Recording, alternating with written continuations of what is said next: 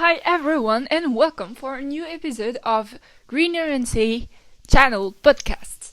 So today we're going to talk about the aquaculture, the sustainable aquaculture with Sophie Ryan from Global Salmon Initiative in an episode of Sustainability Defined, which seeks to define sustainability. It's one concept, hosted by Jay Siegel and Scott Breen. So, the video is sponsored by the G Salmon Initiative. They do genetic progress that push forward to a sustainable food system. So first of all, we're going to talk about the stats of fisheries globally. Then we're going to talk about what is aquaculture and when did it start being used and how prevalent is it today. And fourth, should we feel good about eating farm fish? And that's it, pretty much. So first of all, stats of fisheries globally. I'll give you the main numbers that you have to remember. First of all, the Union report found that fish is about 17% about the global population in terms of proteins in some near coastal and islands. It can top about the 60% of someone's meal. Second of all, the fish provide a vital source of protein of over half of the population. 56 million of people worldwide are supported in some way. Third number, since 1961, the annual growth of fish consumption is twice as high as human population growth. So that means that we are consuming more and more fish. Even if fish is vital to so many people, have not managed fisheries that well. So you have overfishing. When we fish more, that fish can reproduce naturally. You have the excessive bycatch. So it's when we catch fish we don't need to catch. And third, we have the illegal fishing. The population of fish from 1970 to 2012 has declined by 50%. It's remarkable.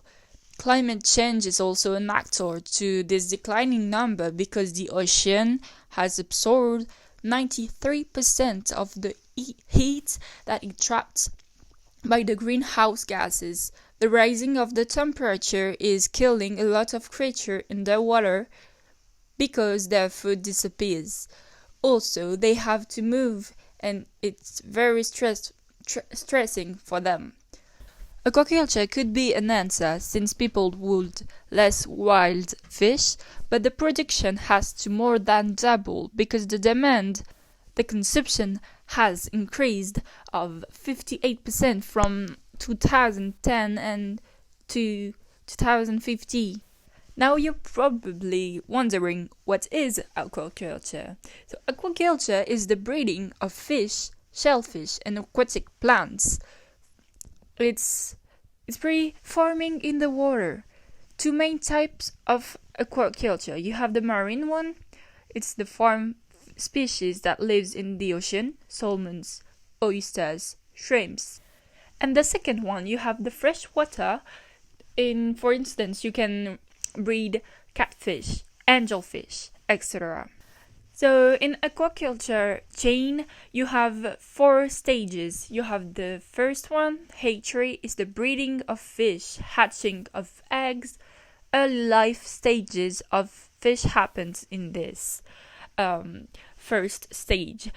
And the second one, you have the feed mills. It's where are created the mills to feed the farm fish. The third one, farms. It's pretty much the place where the fish gonna grow and have a decent size to be sold after. And so the fourth stage is the processor. So it's the process to sell the fish and send them to stores. So I think it's pretty understandable, like it's not too complicated to understand the aquaculture chain. When did it start being used and how prevalent is it today? So it sounds like a brand new thing, but it's quite old actually. Around 1500 BCE, the Romans farmed oysters and fish in the Mediterranean lagoons. Freshwater aquaculture goes back to even further, another 1000 years, farming carps in China for food.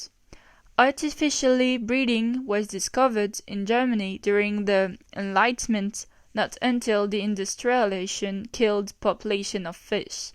Recently, aquaculture has grown quickly. It's actually the world's fastest growing food production sector, with an increase of 5.8% annual growth since 2010. Today it's where we get most of our fish. By 2030, aquaculture will provide 2/3 of fish. So it's huge.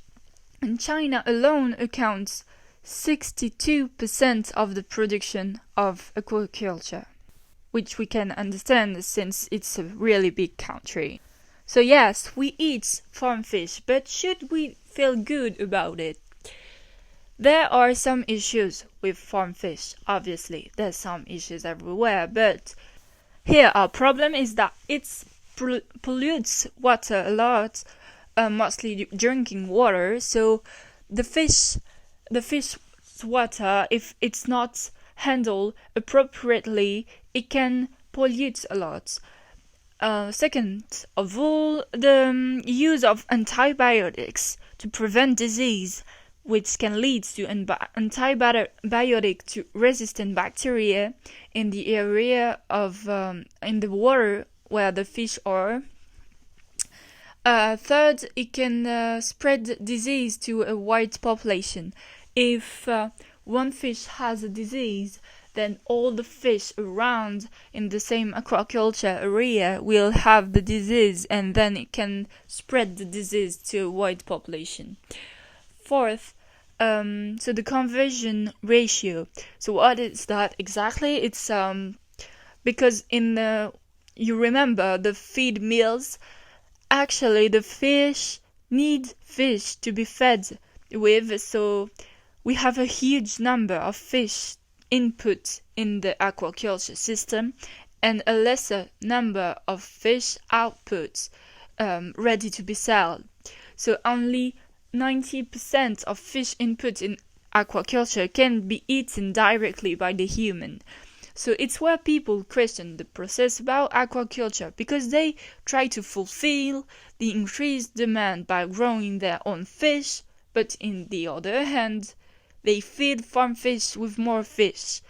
So it's why we can think it's a loss.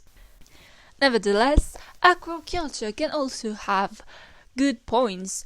In terms of pollution, when the factory often moves and the water would be cleaner than if they don't, then it's less polluting.